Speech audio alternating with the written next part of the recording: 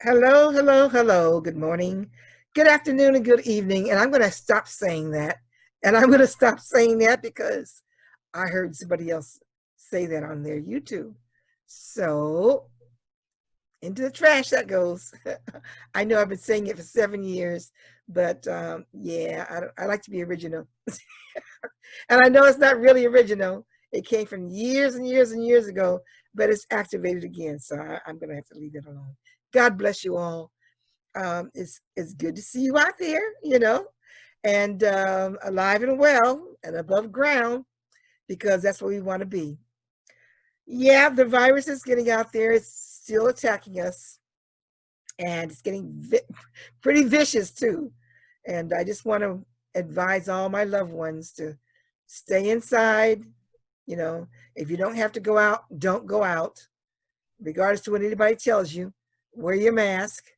You know, you don't have to be cute. Be alive. That's more important. Okay. So we want to have you with us a lot longer. So there's a lot of good you can do for the world, and you have to be alive to do that. Okay. That reminds me of, um, when I was, um, I guess my oldest daughter was 2 years old, and I had surgery and died. Yeah, I died. I came out of my body and I watched the nurses and doctors working on me viciously, trying to get me revived. And I was floating around the room. I know you say, oh, she's crazy. She's lost it. She's gone. No, it's real, you know? And if you've been listening to me for the last 20 years on the media, you've heard the story before. But anyway, I was floating around the room, and it was a good feeling to be free from my body, even though I didn't have a lot of aches and pains because I was young. But just to be free, with the feeling was amazing, absolutely amazing. It was just wonderful feeling to be out of that body. But I saw my daughter. I could see her in a crib, and she was rocking back and forth and holding on to the edge of the crib and crying, and nobody was paying her attention. And I all of a sudden it came to me that nobody was going to care for her the way I did. No one was going to love her the way I did. So I made a choice to get back in my body. I know you guys say this crazy. No, that's the reason that I'm alive, because I chose to go back into my body and to take care of her because I saw her there crying with no one caring. So God was showing me what I had to live for, and I chose to live. And you'd be amazed how many times that choice comes to all of us. We can choose to live, or we can choose to give it up. And a lot of us are giving it up. And you know why? Stress. Stress and being told that we don't matter, we're insignificant. Nobody cares about us. We're dispensable. But that's not true. That's not true. Every one of us was given the breath by God, the Creator, for a reason, for a purpose that it's our responsibility to complete. That's why we're born. Don't turn your back on God. He gave you an assignment. Find out what it is. Go on and live your life and live it to the fullest, regardless to what anybody else says, what anybody else calls you, what anybody else tells you you're worth. You were worth Him taking the time to create you and to put that breath in you. So you are worth a lot. You are precious. You are His creation. And that is very important to Him. You are important to Him. It doesn't matter who else on this earth that considers you important. You're important to your Creator. Fulfill your purpose. Don't let anybody rob you of that. okay? You are important. You have that spot. So don't give up on life. You have the choice to live it, and you've got to live it to fulfill your purpose. I want to talk a little bit. It's been on my heart very heavy about my parents. And I had a lot of parents. I had a stepfather and a stepmother. You know, my stepmother was my father's wife that he was with after my mother split. And yeah, and she was a wonderful person. You know, Jane, just we loved her. We loved her. I never really knew her well, but what I did know of her when I was young, and she passed away by the time I think I was like 12 or 13. But what I knew of her was beautiful. She was a wonderful lady. She used to read to us. She was so kind, so sweet, so gentle. And, you know, I loved her, you know. She had two daughters, Jamie and Joya. And one was very sweet and embracing, and the other one was standoffish and felt that we were intruding. So, yeah, the older sister, she just would sit on the top of the bunk bed and read books and ignore the fact that you're there or the world was existing around her. She just shut herself out. Obviously, she was not happy with the circumstances, you know, but, you know, that's too bad. That's too bad because we could have had a meaningful relationship. You never know. We never know. But she didn't want one, so she didn't have one. But the other sister, the younger sister, took me down the street and introduced me to the local grocery store as her sister, you know? So, yeah, okay. Jane was beautiful, and she ended up dying from a brain tumor. And you show you how ugly people can be. Um, Jane came from a family of means, and she had a great big house on Jackson Street in San Francisco. And when my father married her, apparently he was in line to inherit the property, and to make sure that he didn't have any assets in that property or claim to it. Her parents asked him to sign a release to the property, and they guaranteed they would help her with the brain tumor issue that she had. They would get her treatment that they couldn't afford to do. And of course, loving Jane like we all did, he signed the papers for her to have the surgery. But of course, her parents had no intention because they knew that it was hopeless at that time. And this was back in, I guess, the 60s. Anyway, they knew that this surgery was a hoax. They just wanted to get his name off the property.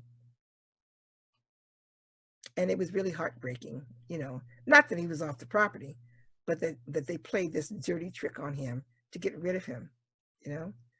And yeah, well, why would they do this? Was he a terrible man?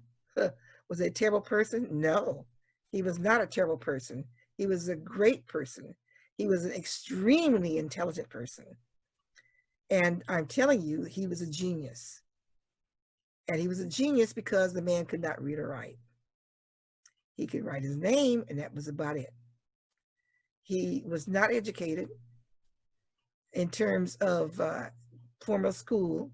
He did go to trade school in nights and learned a lot of skills to be an electrician. He could build a car from scratch by himself, and he did more than once. Yeah, he was a genius. The reason they wanted to get rid of him is because he was an African American and she was not. Okay. And yeah, it's a problem. It's a problem. It's sad. And this is why they want to get rid of him. In fact, Herb King wrote about him in his column about this black man living on Jackson Street up in the mansion. Got to get rid of him. Blasted him in the column. I remember reading it. I remember everybody talking about it. But you know, Daddy's birthday was just the other day. And it was July the 6th. And it was heavy on my heart all month. Here comes Daddy's birthday. He passed away at 90, and he wanted to be cremated. And so we had the ceremony to satisfy his last wishes. My mother now, her birthday is July 9th. Yeah, they were so much alike. Other than one was female and the other was male, okay? But they were so much alike they couldn't get along for long. But they got along long enough to have 6 children from that marriage. Well, actually there were 7, but the first child passed away. And he had what's called Tigress.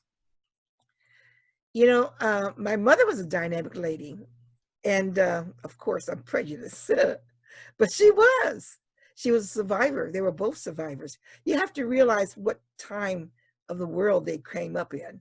Mama was born in 1913 in Fresno, California, and Daddy was born in 1915 in New Orleans, Louisiana. Now, he came to California, brought by his family, when he was 2 years old, and to Oakland, actually Berkeley, and he grew up here. He was here basically the rest of his life between here and San Francisco. But Mama came here when she was, I guess, maybe about 5 or 6 years old, because her dad was working here. He was not, well, people thought he was white, but he wasn't, And he worked as a builder in the Diamond District. But yeah, he passed, because he wouldn't have been able to be working and making the kind of money he did if they knew that he was African American. But and because for that reason, his wife or family never came out to the job site, and nobody from the job site ever came to the house. So yeah, what I was saying is my mother, she was considered a survivor. Now, she came through a time where they both went through the Depression. And she was married before she met my father. She was married and had 2 children. And I say she was a survivor. And yeah, we did find her marriage license. She was married, y'all. And I did, you have to understand when people, sometimes they get a little hard around the edges. And she was really treated bad, because she was married as a teenager and her husband was working for the railroad. And while he was gone on the railroad, she lived with his mother, who definitely did not treat her well. In fact, she broke them up eventually and threw my mother out and kept the children. Well, that wasn't going to happen. My mother went back and got her children and then ran away and was taken in by a lady we call Aunt Ethel, and was given a room so she could stay with the children. But of course, this woman had, as an adult, had the authority, and she went and confiscated the children with the police. And that left my mother devastated, out on her own. Her mother had already passed away when she was really young. She was like 6, 7 years old. Her mother passed away. And it was just her and her dad and her 2 younger brothers. And yeah, but she was on her own. And she was actually kicked out of school because she had gotten married. And she wasn't allowed to associate with the girls that she knew in school because she was classified as a woman and was doing things that women do, and it wasn't proper for these teenage girls to be around her. So she was basically treated like a leper in her community. Very hard, very painful, and losing your mother too. So yeah, so Aunt Ethel basically mothered her, but Aunt Ethel was a character and not a very good influence. So we want to talk about how my mother became kind of callous. She married my father. Well, they had 6 children together, so that makes, now that's 8 children for her now, right? And she, after she and my father separated, and I'm saying all this not for everybody's benefit, but basically for family who are listening, because a lot of them don't know the history. And but it's all about forgiveness. That's what I'm getting to. It's about memories and about things, conversations and things that come back into your head when you get silent, when you're resting, when you get old, and you're in the rocking chair or you're asleep, and all of a sudden you wake up to a conversation that you had 60 years ago, you know. And there's a lot of us that are carrying burdens because we have unforgiveness in our hearts. And because of that, it turns to bitterness, and it bars God's complete perfect purpose. No, tongue today, for completing us in our life. We can't move forward without forgiving those who we think hurt us. We classify it as hurting us.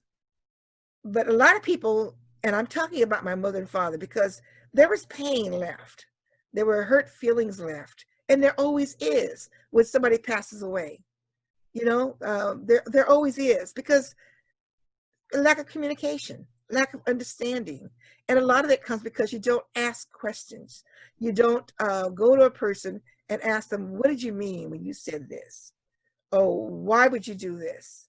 Or what did I do to offend you? We don't ask each other these questions. And my parents are gone now. I have a lot of peace with them, both of them. I love them very much. And I don't have any problem with them. And I have nothing left in my heart to forgive, because I forgave them for anything that I felt was shortcoming when they were alive. But I have some relatives that did not. And because of that, they're sick, emotionally sick, and they don't know why. They're still angry over things that happened 70 years ago, things that were said, 50 years ago. They're still angry because they haven't forgiven. And it's really sad, because my parents had a hard life. They were abused. They were brown-skinned people in America in the 1920s, 30s, 40s. It was a hard way to live. You think we've got it bad now. They had a horrible life. Talk about constant disrespect, constant put down, humiliation. Everybody feels it. Everybody feels it. But nobody, and I mean nobody, as a group, has ever gone through what African Americans have had to go through in this country. And my parents definitely went through it, okay? Together and in their separate lives. Okay, now my mother married a Japanese man after my father and had children with him. And the Japanese man was fabulous, fantastic, a wonderful person, born and raised in Hawaii. We call him Pop. He was great. He was a fabulous athlete. He came from a family of athletic brothers. They were all famous for their skills in Hawaii. He was a merchant marine, so he was gone a lot. But when he was home, he was a joy. In fact, so much so, we had to chase kids away from our house that wanted to claim him as their pop too, okay? It wasn't gonna happen. He was our pop and we weren't gonna share him. So it's unfortunate that his biological children feel that he was theirs exclusively. No, we had him for years before y'all came along. And he was our pop by his choice. Okay, so now, not to be a smug hussy, but it's one thing when you're biological child, and it's something else totally when you're a chosen child. Okay, so all of you people out there who are adopted, okay, and who have step parents that raised you, Yeah, you're special. And for the biological children who might think that they're special, you're all special. But don't discount the ones who were chosen. Okay. And I say the same thing for my children. Okay. And anybody else out there that was adopted or just loved by a step parent, you know? Yeah, you're chosen. You're special. You're special to them because they chose to raise you. And you're special to God because he created you. So that's what I'm talking about. Special. And not understanding what someone else went through.